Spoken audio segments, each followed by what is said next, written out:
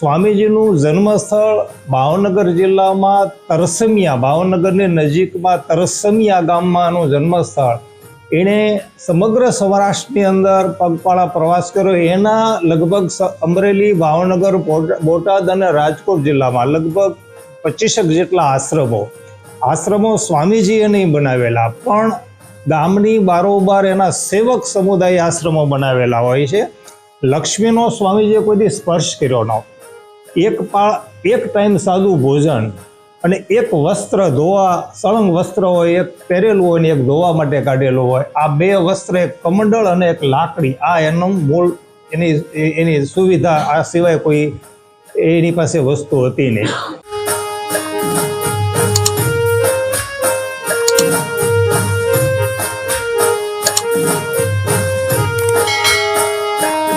અઢીસો પેશન્ટ થાય ને, અમે સાના 7 વાગે બધા બેઠા હોય. અમે પેશન્ટ ના આજે નહીં કે જોઈએ એવું કોઈ નથી કહેતા, કોઈને જાકારો નથી આપતા.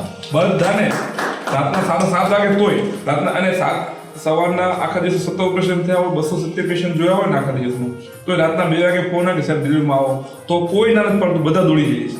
બહાર ક્યાંય ના પાડી હોય, ભાવનગર જેવા સેન્ટરમાં, રાજકોટ જેવા સેન્ટરમાં, અમરેલીમાં ના પાડી હોય કે આ ઓપરેશન અહીંયા નહીં થાય, એવા ઓપરેશનો અહીંયા સફળતાપૂર્વક થાય છે અને રોજ એવા 1-2 ઓપરેશન હોય છે. તો એક એવી આદર્શ શક્તિ પણ છે કે જે ખરાબ થવા નથી દેતી. પેશન્ટ પોતે કે એક પેશન્ટ લીંબડીનું હતું, અહીંયાથી આમ આટલી મોટી ગાંઠ હતી, ઓપરેશન 8 કલાક ચાલે. એ રાજકોટ 2 વખત ઓપરેશન બંધ કર્યું, ખોલી બંધ કર્યું, અમદાવાદ કરી ના પાડી ઓપરેશન કરવાની. એ દર્દીની ઓપરેશન અમે સવારના 11 વાગે લીધું હતું, રાતના 8 વાગે પૂરું થયું. સાંજના 5 વાગે ઓપરેશન બંધ થઈ જાય, 8 વાગે પૂરું. બધા ઊભા હતા, કોઈ જમવા નતું પીવું. સર્જન આના હસબન્ડ સર્જન એ ઓપરેશન જોયા હતા. પેશન્ટ ઓપરેશન કર્યા પછી કેવું, મારું દર્દ છે ને આમ સરજતું, અને ઓપરેશન કર્યા પછી આ સાહેબ પતલું થયું પેશન્ટ. અત્યારે દર 2 મહિને મળવા માટે આવે, આવીને મળી જાય સાહેબ કેમ છો, મજામાં, ખુશ થઈ જાય.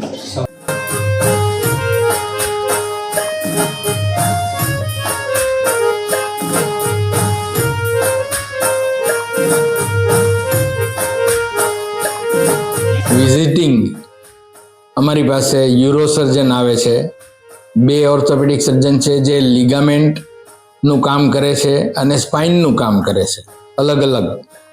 એટલે આમ અમારી પાસે બધી જ અત્યારે સગવડતા છે.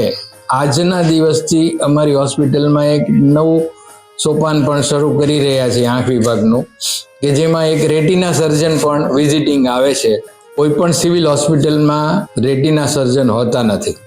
દર્દીઓ પૈસાના અભાવે સર્જરી ન કરાવી આંખ ગુમાવે છે.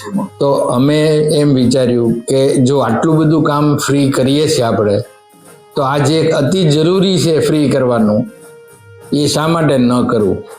આમ અમે આ વિચારથી એના સાધનો પહેલાં ઉપલબ્ધ કર્યા અને આજ રોજથી જ તે રેટિના સર્જન આવે છે જે અમારા રેટિના પેશન્ટ્સનું ધ્યાન રાખશે. માનવ સેવા ટ્રસ્ટ સંચાલિત સ્વામી નિર્દોષાનંદ હોસ્પિટલના MD ફિઝિશિયન સર્જન નટુભાઈ રાજપરા, કે જેઓ 6 મહિના અમેરિકા રહે, 6 મહિના ઇન્ડિયા રહે, ત્યાં પણ એમનું બહોળું મિત્ર સર્કલ હોય, એવા પરિચિત વ્યક્તિઓને અહીંયા ડોનેશન પણ લાવે અને સેવા તબીબી ક્ષેત્રમાં હોય એવા વ્યક્તિઓ અહીંયા સેવારત પણ છે. ડૉક્ટર નટુભાઈ રાજપરા, જે આ હોસ્પિટલમાં સુપ્રિન્ટેન્ડન્ટ છે અને 6 મહિના અમેરિકા રહે છે અને ત્યાં પ્રેક્ટિસ કરે છે અને 6 મહિના આ હોસ્પિટલ સંભાળે છે. 6 મહિના દરમિયાન અમેરિકામાં જે ઇન્કમ કમાઈ છે એ બધી જ ઇન્કમ આ હોસ્પિટલને એ દાન આપી દે છે. આ ઉપરાંત દર મહિને 1 લાખ રૂપિયાનું એ અહીંયા દાન આપે છે, જે આ હોસ્પિટલ માટે બહુ મૂલ્યવાન વસ્તુ પુરવાર થાય છે. વડોદરા સ્ટેટના શ્રીમદ સરકાર ગાયકવાડના વર્તમાન નેક નામદાર મહારાણી રાધિકા રાજેની સારવાર પણ તેઓએ કરી છે.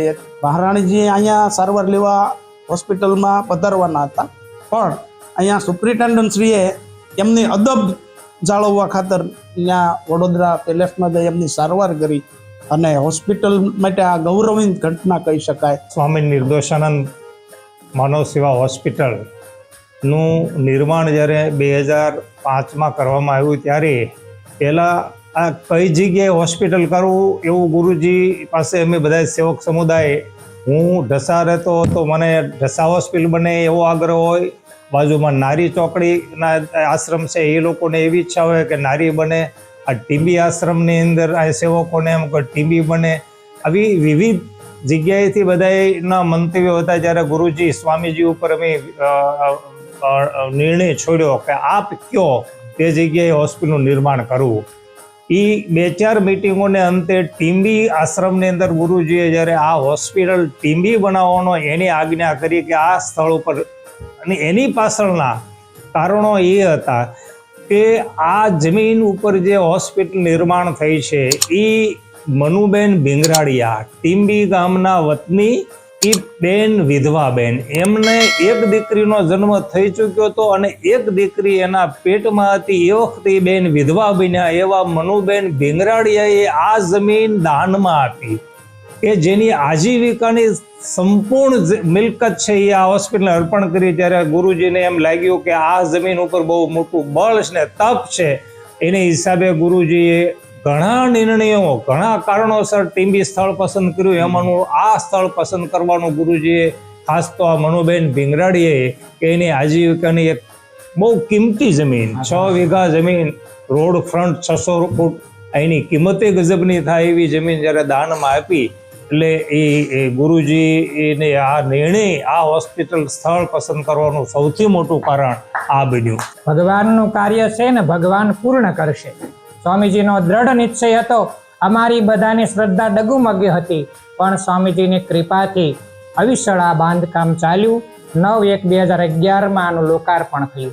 લોકાર્પણ થયું ત્યારે સ્વામીજીએ મંચ ઉપરથી જ જાહેરાત કરી દીધી કે આ હોસ્પિટલમાં એક પણ પાય લેવામાં આવશે નહીં. અને આજ સુધી આ હોસ્પિટલમાં ક્યાંય પણ કેશ કાઉન્ટર છે નહીં, પૈસા લેવા માટેની સુવિધા નથી. દર્દીઓને અહીંયા રહેવાનું, જમવાનું અને તમામ સારવાર સંપૂર્ણપણે વિનામૂલ્યે આપવામાં આવે છે. ગુરુજીની આજ્ઞાનુસાર જ્ઞાતિભેદ, જાતિભેદ રાખવા નહીં. દરેક જ્ઞાતિ, કોઈ પણ વ્યક્તિને તમારા ઈશ્વરનું સ્વરૂપ જોવું. દેવ દર્દી દેવો ભવ, જીવ સેવા એ શિવ સેવા, આ સૂત્રને સાર્થકતા સાથે વહીવટ કરવાનો. પર ડે હજારો દર્દીઓ આવે છે. મહિને 35 લાખ જેટલા દર્દીઓ આવતા હોય. એના માટે મેડિસિન, અહીંયા મેડિસિન પણ ફ્રી જ આપવામાં આવે છે. એના ભાગરૂપે કેટલી બધી દવાની જરૂરિયાત, કેટલા ખર્ચ કેટલો દવાનો થતો હોય છે. ત્યારે મહિને લગભગ 30 થી 40 લાખ રૂપિયાની મેડિસિન અમારે જરૂરિયાત રહેતી હોય છે. ત્યારે આનું શું જોગવાઈ કરવી? ત્યારે સારી સ્ટાન્ડર્ડ કંપનીઓના મેડિકલ ફાર્માસ્યુટિકલ પ્રોડક્ટ્સ, દવા પ્રોડક્ટ કરવાવાળી કંપની હોય, અમને એકદમ રિઝનેબલ ભાવે અમે એ મોટી મોટી કંપનીઓ સાથે બેસી અને અમારી આ હોસ્પિટલની પરિસ્થિતિનો ખ્યાલ આપી કે ભાઈ આ રીતે તદ્દન નિઃશુલ્ક ચલાવી. ત્યારે ઘણી બધી રાહત દરે, અગર નફો નહીં લઈ ને એ રીતે અમને હોસ્પિટલમાં મેડિસિન પૂરી પાડે છે. કારણ કે તમે જોવો દરરોજના 1000-1200 દર્દીઓ માટેની બધી જ મેડિસિન અહીંથી પૂરી કરવાની હોય ફ્રીમાં. ત્યારે અમારે ઘણી બધું બજેટની જરૂર હોય છે. ત્યારે આવી બધી કંપનીનો અમે બહુ મોટો આભાર માનીએ છીએ. સ્વામીજીએ સાથે સંદેશ આપ્યો કે આ હોસ્પિટલમાં ક્વોલિટીવાળી સારવાર કરવાની. આ હોસ્પિટલમાં દર્દી દેવો ભવ આ વાક્યને ચરિતાર્થ કરવા માટે થઈ અને આ હોસ્પિટલને એકદમ ચોખ્ખી અને સ્વચ્છ રાખવી. અને આ હોસ્પિટલમાં કાયમિક માટે વિનામૂલ્યે બધાને ભોજન આપવું. રસ્તે નીકળતા માનવને પણ અહીંયા ભોજન આપવું, એના પેટની અને ઉદરની પૂર્તિ કરવી. અમે એવો પ્રોગ્રામ કરીએ છીએ દર વર્ષે કે અમારા ગામમાં જે મજૂરો હોય છે બહારના, અત્યારે સિઝનમાં, એને વર્ષે એક ફેર જમાડવાના. આખા ગામના મજૂરોને દર વર્ષે ગુરુજીની તિથિમાં એક ફેર જમાડીએ છીએ. ગયા ગુરુવારે આખા ગામના મજૂરોને 500 મજૂરો છે નસવાડી, એને જમાડ્યા. આજે જ્યારે પ્રોફેશનલિઝમ અને કોમર્શિયાલિઝમ દુનિયાનો મેઇન લોગો છે, કોઈ પણ માણસની નજર મને શું મળે છે એટલી જ છે. આટલો સંકુચિત થયેલો માણસ જ્યારે વૈશ્વિક સંદેશો માનવતાનો અને આવા મહાપુરુષના આશીર્વાદની ગંગા વહાવતા હોય તો એ કાર્યને વધુમાં વધુ વેગ મળે. અને અહીંયા બીમારમાં બીમારને, દુઃખીમાં દુઃખી અંતરિયાળ દર્દી આવે અને યમરાજને પાછા જવાની ફરજ પડે, એ સેવા અહીંયા ઉગી રહી છે. અને અવિરત ભાવ સૂરજ અને ચંદ્રની હાજરી રહે ત્યાં સુધી એવી ભાવના, એવી પ્રાર્થના અને સ્વામીજીના ચરણોમાં આપ સૌના કાર્યને નમન કરીને હું મારી જાતને ધન્ય ધન્ય અનુભવું છું. જય હો.